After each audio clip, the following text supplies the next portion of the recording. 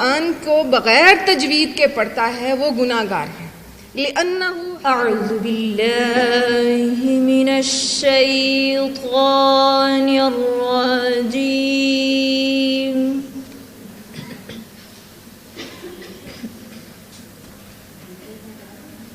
بسم اللہ الرحمن الرحیم.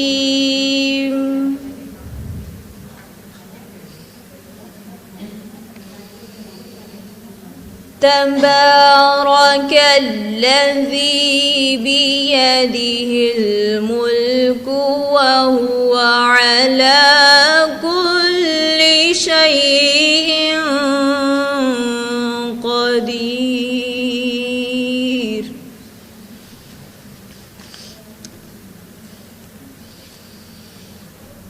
الذی خلق الموت والحیاة لیبلوکم ایکم احسن عملا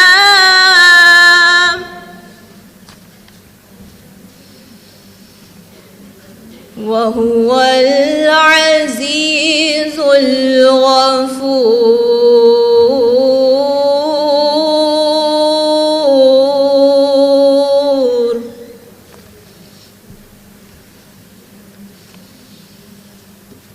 الذي خلق سبع سماوات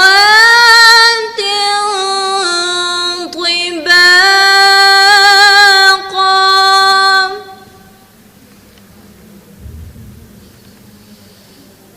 ما ترى في خلق الرحمن من تفاوت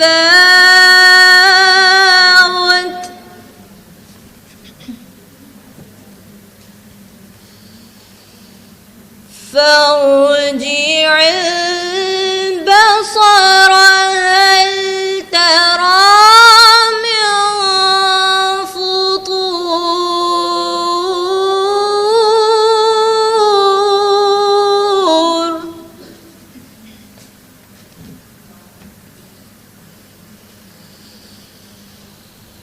ثم ارجع البصر كرتين ينقلب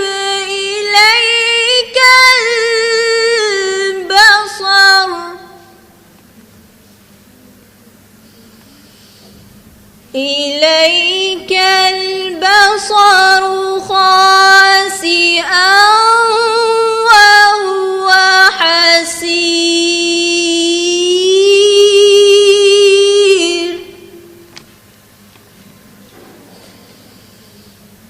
ولقد زينا السماء الدنيا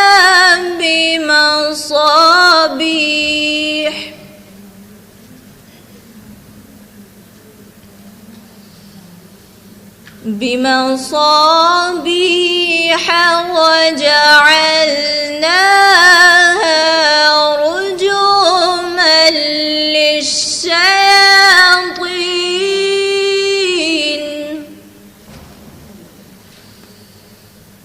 وأعتدنا لهم عذاب السعير.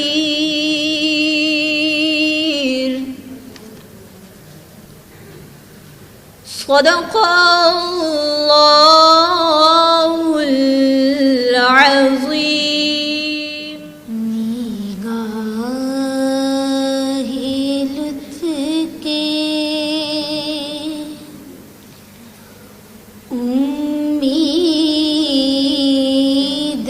امیدوار ہم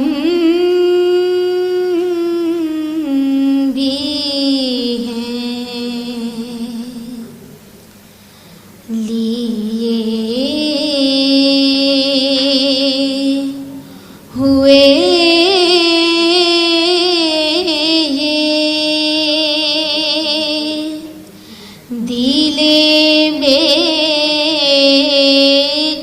دھار ہم بھی ہیں،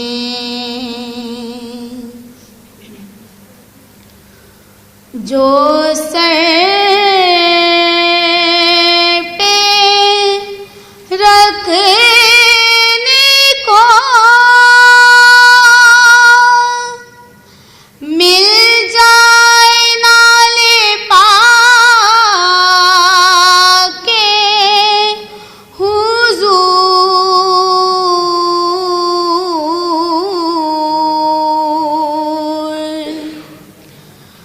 جو سر پہ رکھنے کو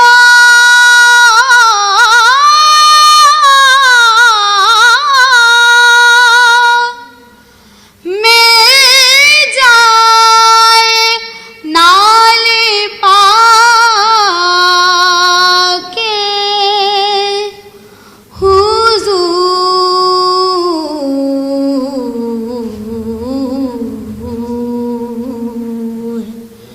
تو پھر کہیں گے کہ ہاں تاجدار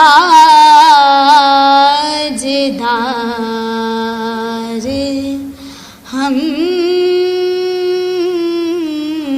بھی ہیں، تو پھر کہیں گے کہ ہاں تاجدار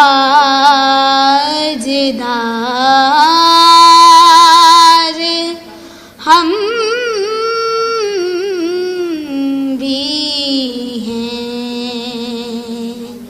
نگاہ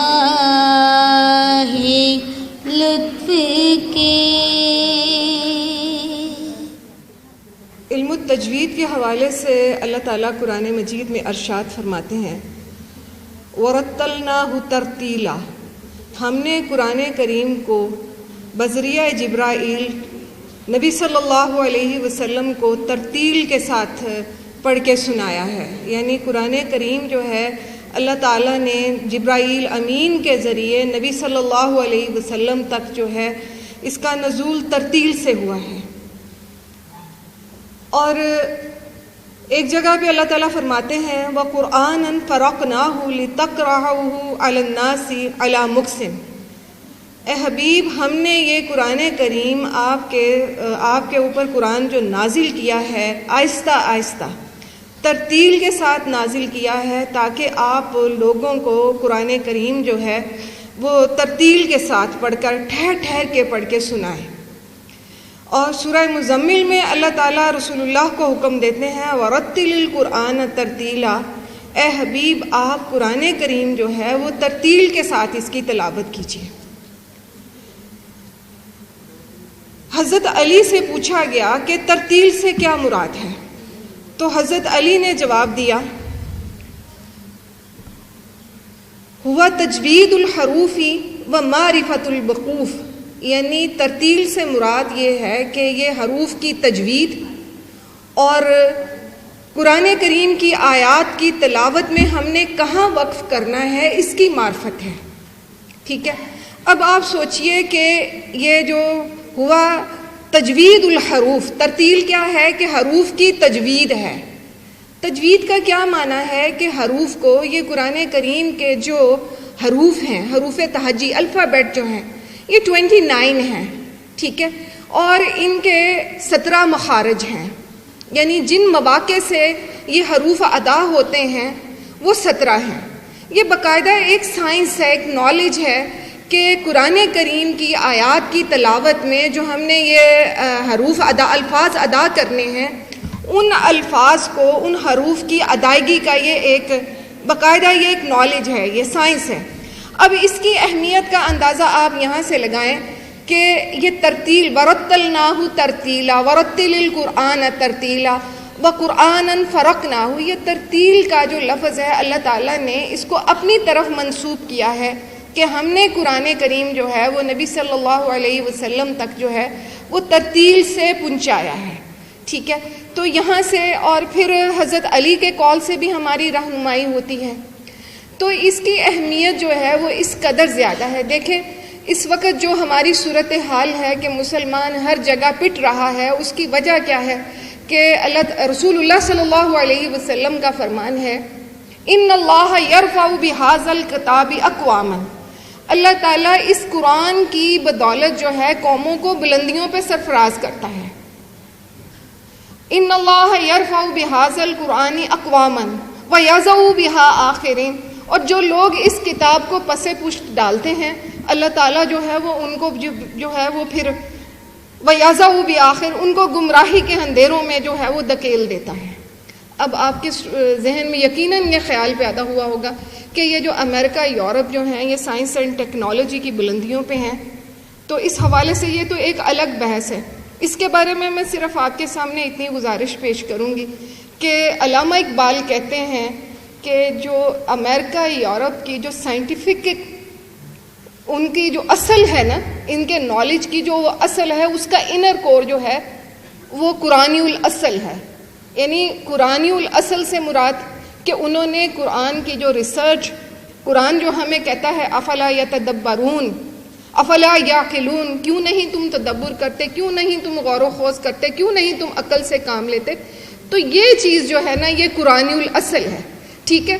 اب یہ جو انوینشنز ہو رہی تھیں یہ فَإِمَّا يَأْتِيَنِّي مِنِّي هُدًى، یہ اس وحی کے علم کے تابع ہوتی تو اس سے دنیا میں جو ہے امن اور سکون اور عدل کا راج جو ہے وہ قائم ہوتا.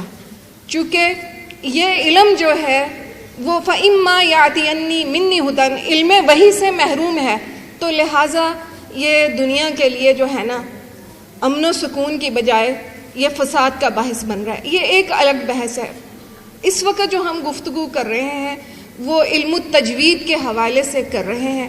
تو اس کی اہمیت کا اندازہ آپ اس بات سے لگائیں کہ پیارے پیغمبر کا فرمان ہے اقرأوا القرآن بلحون العرب، قرآن کریم کی تلاوت جو ہے نا یہ ہمیں عربوں کی طرح ان کے لہن میں کرنی چاہیے. یعنی جس انداز میں نبی صلی اللہ علیہ وسلم پر قرآن نازل ہوا ہے وہ یہ عربی اللہن.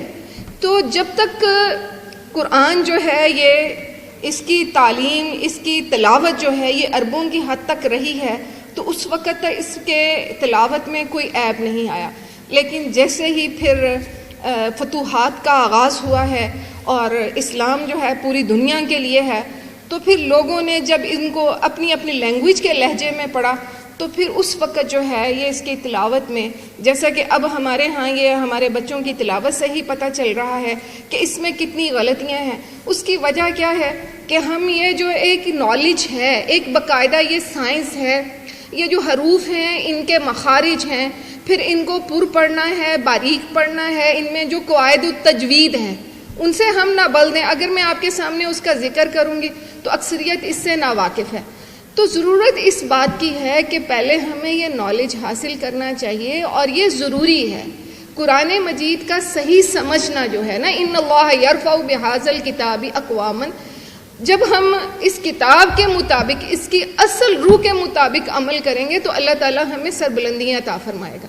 اور اگر ہم اسے پس پشت ڈالیں گے، یعنی ہم نام تو لیتے ہیں، ہم برکت کے طور پہ تلاوت تو کرتے ہیں، لیکن جو اس کی اصل روح ہے، جو اس کی اصل تعلیمات ہیں، اس سے ہم بہراور نہیں ہیں. تو اس سے بہراور ہونے کے لیے قرآن کریم کی جس طرح کے اس کا صحیح سمجھنا جو ہے وہ صحیح پڑھنے پر موقوف ہے، تو اس کا صحیح پڑھنا جو ہے وہ علم التجوید پر مبنی ہے. تو لہٰذا دیکھیں اس کی اہمیت کا، جیسے ہم کہتے ہیں اب ہم سورہ اخلاص جو ہے تقریباً ہمارے جو ہم سبھی لوگ جو ہیں نماز کی ہر رکعت میں سورہ فاتحہ کے بعد ہم سورہ اخلاص پڑھ لیتے ہیں.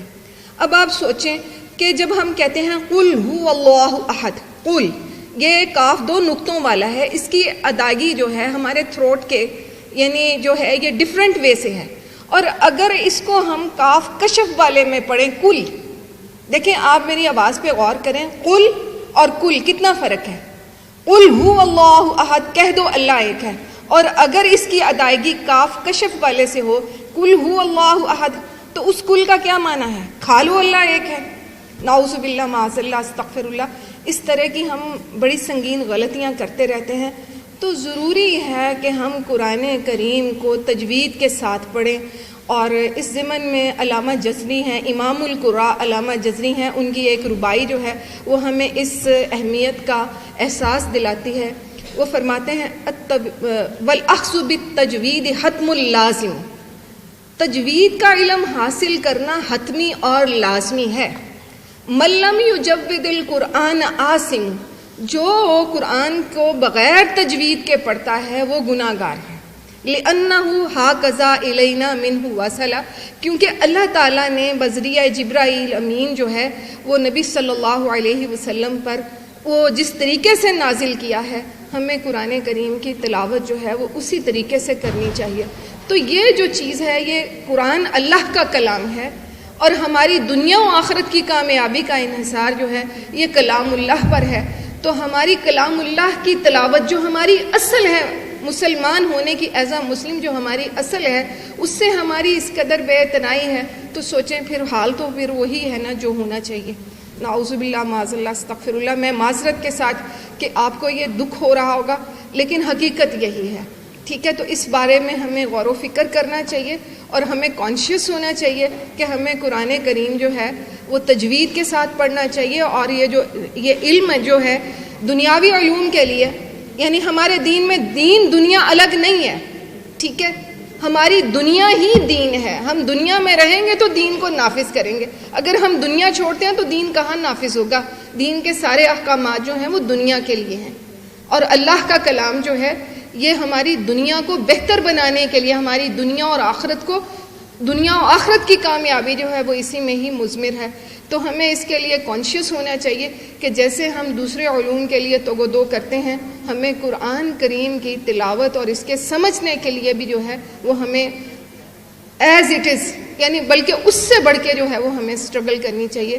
سبحان ربک رب العزت عما یصفون وسلام علی المرسلین والحمد للہ رب العالمین۔